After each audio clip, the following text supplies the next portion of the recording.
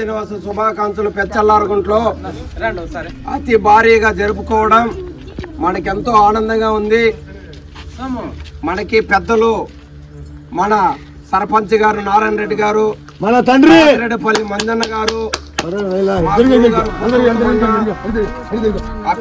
గారికి, ప్రత్యేకంగా చక్రాకి, మా గురువు గారైన ఎక్స్ సర్పంచ్ పార్థసార్ గారికి హృదయపూర్వకంగా నమస్కారాలు.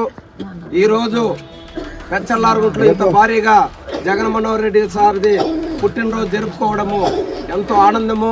దీనికంతా కారకుడైన శంకరాచార్యకి ప్రత్యేకమైన ధన్యవాదాలు తెలుపుతూ